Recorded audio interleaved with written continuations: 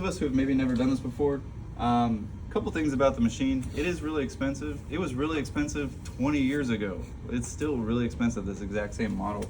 And for good reason. It scans up to 2,400 dpi. Yeah, you heard correctly. That's a pixel per inch. 2,400 pixels. That's pretty insane.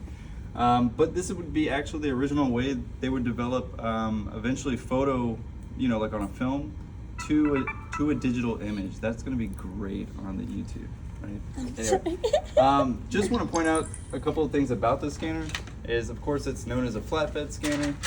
It is pretty expensive, so do be careful. The most expensive part is this piece of glass, so try to keep it clean. I mean, obviously don't use a paper towel. It's made out of wood products. It's just going to scratch glass, right? You shouldn't use any paper towels for your glasses or anything like that, because it's got, of course, those wood fibers are going to scratch it all up, right? Another thing to keep in mind is try and keep this kind of clean. You'll notice if you find just a lot of marks on your white piece of paper, it's usually because of this guy, right?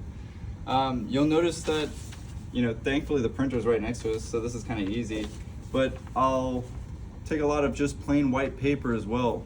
Most of our stuff that we draw on, it's transparent, so a lot of that stuff gets shined right through. This, of course, stops the light from going straight through the paper. I know it seems like a basic rule, but yes, the image goes down, right? This is essentially a digital camera, except there's no lens. It's essentially just kind of like a gigantic sensor, right? Again, why it's so expensive. So obviously what I want to show you guys today is how to get maybe one of these drawings, right? Something that's pretty big or large. So one of the things I'm asking for the composition is this guy. So the axon, or possibly another drawing. Somebody asked if, well, could they maybe do another 2-point perspective or things like that? So, I mean, don't get me wrong, you can kind of mix and match some things in order for communication, but this might definitely well be a really nice drawing to explain the overall composition of your part rather than just a 2-point perspective. However, you may notice the image doesn't fit, right? And there's great ways. Has anybody done Photomerge before? Of course, Photomerge is what we're going to use today in Photoshop. It's a wonderful tool. I've already scanned 2 different images of this shot, thanks to one of our students. But I do want to do one of the shots in front of you, just to kind of show you the way I do it.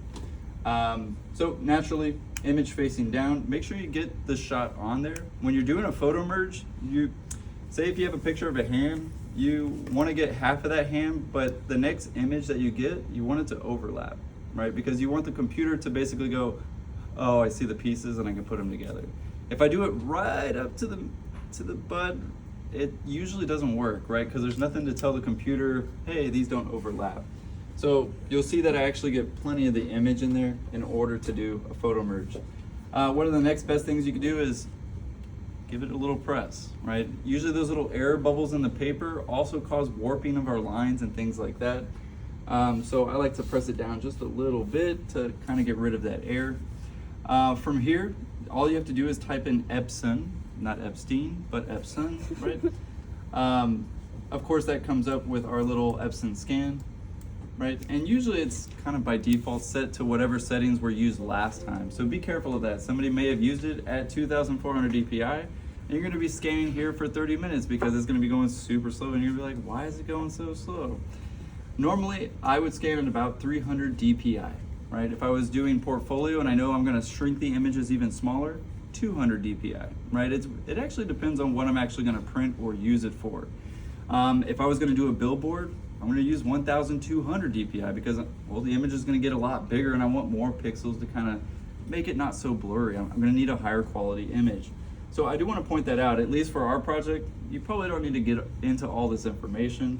But again, you might run into a project where you're asked to do gigantic 3x5 boards, and you'll of course know to use the right DPI when you're scanning. 300 is good. Normally color, even if you're doing a black and white drawing, choose color, right? Because now there's 16.7 million color choices, and of course the entire grayscale is in there, right? And very often this actually, like I said, is like more like a camera. It has photographic lensing, it has atmospheric chromaration, it has little bits of color that again make it the life and drawing that it is, right? Plus, how else are you gonna get those blood stains, right? On the paper. Anyway, we used to have some blood stains on ours from model cuts and all kinds of things. The tears. The tears, exactly. Definitely always wanna hit preview first. going to generate a quick preview, right? It's actually more like 100 dpi, so it's not like the best image in the world, but it is nice because, well, I can see that it's a little crooked, but I still got all the information there, and I can set up a box to actually hone in the image. Maybe I want to get rid of some of the white space that's going on, so that's looking pretty good. I'm going to hit scan, and you'll notice the next thing that we have here is actually a couple of different things. By default, it just kind of goes to the picture folder, and it kind of just changes number by day. Most of the time, I don't really change any of this because I can kind of tell which image is mine in the sort of main folder. It does help to label things, right? I guess for today's CCV is fine. Once we press OK, then it's actually going to scan, right? It's going to, of course, take its time a little bit more. Depending on the DPI, of course, more DPI, the longer it takes, right? Then it's going to compress the image, and that actually takes longer for some reason. But yeah, this is how I would achieve, I know I haven't talked about this yet, but on my portfolio at SAC, I ended up scanning my thumbprint and putting it on my cover page with my signature, right? Just because I had never seen anybody else do that before, and now you can't either. Stole it from me, right? But yeah, you know, I scanned my finger, I put ink on it, and just kind of press it on the glass. At 2,400 DPI, you can really see every little groove in there, so it's pretty interesting. Well, it's done scanning, so actually the next thing I need to do is plug in my USB or email it to myself. Right, that's also another option. USB is a little bit quicker, a little bit easier, but I essentially want to get those those scanned images. In my case, I have 3. Oh, I accidentally made a copy, so I'm gonna edit and undo that. And there we go. Copy.